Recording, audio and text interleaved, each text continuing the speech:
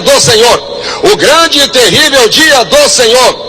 Amós capítulo 3, versículo 7. Certamente o Senhor Jeová não fará coisa alguma sem antes revelar aos seus servos os profetas. Catástrofes piores hão de vir sobre a terra. A lua escurecerá, o sol escurecerá, a lua não dará sua luz, as potências cairão do céu, e sinais terríveis acontecerão no cosmo: peste, guerra, terremoto e até mesmo situações catastróficas que escapariam da nossa compreensão e da nossa menção. Mas eu digo a todos, Deus está avisando, Deus está usando os profetas, Deus está usando os seus pregadores. Muitos estão zombando, muitos estão desprezando, muitos estão virando as costas, meneando com a cabeça, desprezando em seu coração. Mas quando se abater sobre a terra o que Deus tem dito, aí então muitos cairão envergonhados e dirão: por quê? Por que eu não ouvi as palavras que Deus falou comigo? Ah, meu irmão, Deus tem te alertado, Deus tem te dado revelações e sonhos, Deus tem usado alguém para pregar para você, Deus tem falado ao teu coração, Deus tem falado através da palavra, e você tem endurecido o teu coração. Deus está falando contigo para você converter-se e mudar de direção na presença do Senhor. Louvado seja Deus, aleluia. Deus mandou um profeta, lembrando o dever dos descendentes de Arão. Qual era o dever dos descendentes de Arão? Obedecer e guardar a palavra de Deus, guardar as ordenanças divinas. Falou sobre o futuro de Samuel, aleluia, substituindo a família de Eli no sacerdócio. Você entendeu? Samuel substituindo a família de Eli no sacerdócio. Deus avisou. Samuel era jovem, servia ao Senhor e era obediente a Eli. O mancebo jovem, mancebo significa jovem, ainda não conhecia a voz de Deus, não conhecia, e por 3 vezes foi chamado durante a noite, aleluia, lama canta, lama cheia. Será que Deus não está chamando você? Será que Deus não está falando contigo? Deus falou 3 vezes, e o experiente homem, que era Eli, disse para Samuel, que na próxima vez que ouvisse chamar pelo nome, respondesse: fala, Senhor, porque o teu servo ouve. Ori calamassuri me canta, lamasturi canta, lamanaia. Fala, Senhor, porque o teu servo ouve, aleluia. Muitas pessoas querem que Deus fale com eles para continuar do mesmo jeito. Deus não vai falar contigo mais não. Muitos pediam um sinal para Jesus. Jesus falou: eu não darei sinal nenhum. Uma geração incrédula, perversa, adúltera, me pede um sinal. Não vos darei sinal nenhum, a não ser o sinal de quem? Do profeta Jonas. 3 dias no ventre do grande peixe. Assim importa também que o Filho do Homem esteja 3 dias no seio da terra, e ao 3º dia ele se levante com poder, glória e autoridade. Muitos estão pedindo sinais, estão pedindo para Deus falar. Deus fala, Deus está falando agora, você está escutando aí? Ou você vai se rebelar, vai torcer o nariz? É Deus que está falando para você abandonar o teu pecado, é Deus que está falando para você abandonar o adultério, a prostituição. Você que está se internando na pornografia, rapaz, você não está entendendo o que Deus está tratando com a humanidade? É Deus que está falando com você, é Deus que está dizendo para você se converter. Você diz: fala, Senhor, que o teu servo ouve. Fala, Senhor, na quinta-feira, e na sexta-feira você retorna aos mesmos pecados de antes. Deus está falando contigo aqui hoje. Deus está dizendo para você: faça um concerto com Ele. Oh glória, fala, Senhor, porque o teu servo ouve. O Senhor chamou a Samuel e advertiu a Samuel a respeito da casa de Eli, falando sobre a morte dos filhos de Eli e sobre o julgamento da descendência de Eli. A descendência de Eli, a descendência de Eli. Muitas vezes praticamos pecados que são julgados na nossa vida, mas existem pecados, situações e circunstâncias que não serão julgadas. A instância de julgamento não se limita somente à nossa vida, mas se replica e se perpetua para gerações. Cuidado, pais rebeldes, pais liberais exacerbados, pais coniventes com o pecado. Cuidado, porque não é só você que é rebelde. O teu filho vai ser rebelde, o teu neto vai ser rebelde, e toda a sua posteridade vai ser rebelde. Ainda dá tempo de se converter, Ainda dá tempo de você rever a sua posição. Louvado seja o nome do Senhor. A partir de então, Samuel passou a ser reconhecido como profeta do Senhor. Numa peleja, estamos numa batalha, isso é inegável. É maravilhoso que eu estava ouvindo agora um belíssimo hino cantado por Denny Berrios, um cantor espanhol, um hino antigo gravado em 1981, mas eu gosto particularmente muito desse hino, um dos hinos que eu gosto muito. Ele estava dizendo: Su vida dio quando mi corona el llevó. Mi corona el llevó. A palavra corona no espanhol é coroa. Ele estava dizendo: a minha coroa ele levou, a coroa de espinhos, mas meu coração sentiu uma outra revelação de Deus.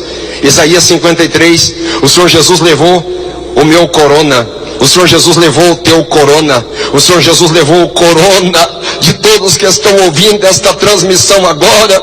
Se você entregar a tua vida para Jesus, Ele já levou o teu corona, Ele já levou o H1N1, Ele já levou tuberculose, Ele já levou o câncer, Ele já levou lepra, Ele já levou tudo. Ele levou o coronavírus, Ele levou o Covid-19, Ele levou o SARS ou qualquer outra terminologia doentia para expressar esta síndrome de insuficiência respiratória aguda com pneumonia dupla. Ele tem mais poder, porque Ele já levou sobre si as nossas enfermidades. Mas nós estamos numa batalha, e numa batalha os soldados israelitas foram derrotados pelos filisteus. Perderam aproximadamente 4 mil homens, por causa de 2 jovens rebeldes, por causa de 2 jovens escandalosos, por causa de 2 jovens pecaminosos, por causa de 2 jovens bandidos, ladrões e verdadeiros adúlteros, usurpadores da herança do Senhor. 2 jovens pecaminosos. Por causa deles, o povo pereceu, 4 mil homens. Então tiveram uma desastrosa ideia para vencer a batalha: retirar a arca de Deus do tabernáculo, levando para o campo de batalha. Eu tenho feito algumas comparações da arca do Senhor com a caixa de Pandora. A caixa de Pandora trata-se de uma mitologia que os gregos reproduziram, de uma caixa misteriosa que continha maldições no seu interior. Caixa de Pandora. A arca do concerto representava a presença de Deus, mas quem tocasse na presença de Deus em pecado ou simplesmente inadequadamente morria. Você tem dúvidas? Lembra o que aconteceu? Aiô e Uzá transportando a arca para Jerusalém. O que aconteceu? Vocês conhecem a história. Ah, meus irmãos, quando a presença de Deus ela confronta com a nossa fidelidade, com a nossa dedicação, nossa reverência, nosso respeito, aí nós temos que somar, multiplicar bênçãos e vitórias. Agora, quando a presença do Senhor se confronta com o pecado, pode ter certeza que o resultado é desastroso. O povo israelita jubilou e alegrou-se com a presença da arca, e até os filisteus ficaram atemorizados, porque eles conheciam a fama da vitória dos israelitas contra as nações, por causa da arca. A arca acabou se tornando um tipo de amuleto, acabou se transformando num tipo de talismã gigante, acabou se transformando num ícone de vitórias. Inconsequentemente, meus queridos, cuidado com a materialização. Precisamos entender as coisas de forma material muitas vezes, mas precisamos priorizar a compreensão espiritual, porque se eles não tivessem em obediência diante do Senhor, se eles não estivessem em oração e não estivessem em santidade, aquela mesma arca representaria a morte, o que de fato representou para eles. Apesar de aterrorizados, os filisteus foram valentes e mataram 30 mil homens guerreiros israelitas. Aquela hora eu falei 4 mil, mas foi muito mais, muito maior o saldo. 30 mil guerreiros. 30 mil, você consegue imaginar? Por causa de 3 conivências com o pecado: Hofni, Finéias e Eli. 30 mil homens, inclusive os filhos de Eli. Um homem fugiu da batalha e foi correndo levar notícia ao sumo sacerdote. Quando ele ouviu que a arca foi tomada pelos filisteus, o que aconteceu com ele? caiu da cadeira e quebrou o pescoço. A mulher de Finéias, que estava grávida, ao ouvir as novas, sentiu fortes dores de parto, dando à luz naquele momento, mas veio a falecer logo após, chamando antes de falecer o nome do seu filho Icabô. Foi-se a glória de Israel. Foi-se a glória de Israel. Já pensou, meu querido irmão, você chegar num estágio da sua vida espiritual, onde você coloca a sua mão na sua cabeça e você conclui que a glória de Deus se foi da sua vida? Você consegue imaginar para que é que serviria uma igreja onde a glória de Deus foi embora? Não funcionaria para mais nada, não teria efeito nenhum. E a igreja somos nós, e quando a glória de Deus vai embora da nossa vida, não resta mais nada. Nós somos o sal da terra, e quando o sal não tem mais sabor, ele se torna insípido, ele vai funcionar somente para os homens pisar em cima. Não tem outra finalidade, não tem mais. Se a glória de Deus foi embora, se a glória do Senhor se afastou, não tinha mais esperança nem expectativa alguma. Aquela criança nasce e recebe o nome, foi-se a glória de Israel.